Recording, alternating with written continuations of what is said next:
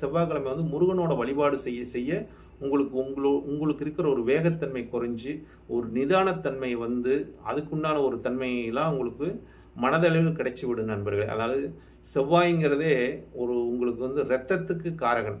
அப்ப இரத்தத்தில் வேகத்த கொடுக்கக்கூடியதும் செவ்வாய் தான். அப்ப அந்த இரத்தத்தில் வேகம் இருந்துட்டாவே நம்ம எல்லாமே வேகமா செயல்படுவோம். அப்ப அந்த வேகமா செயல்படுறதுனால நமக்கு என்ன கிடைக்கும்னா, நமக்கு அவசரத்தன்மை, அவசர புத்தின்னு சொல்லுவோம். அதாவது எதையும் புரிஞ்சுக்காம செயல்படக்கூடிய தன்மை இந்த செவ்வாய்க்கிழமையில பிறக்கிறவங்களுக்கு அது நிலையை உண்டாக்கிடும் நண்பர்களே. இது கவனத்துடன் கையாளுவது.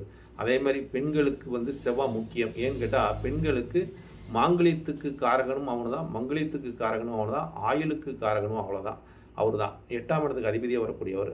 ஒரு ரகசிய இலாக்கால் பணிபுரியக்கூடிய நபர்கள்லாம் வந்து பார்த்தீங்கன்னா, செவ்வாயோட ஆதிக்கத்தில் இருப்பாங்கன்னு வச்சுங்களேன்.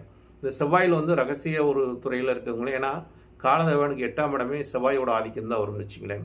இவங்களாம் அந்த ரகசியத்தை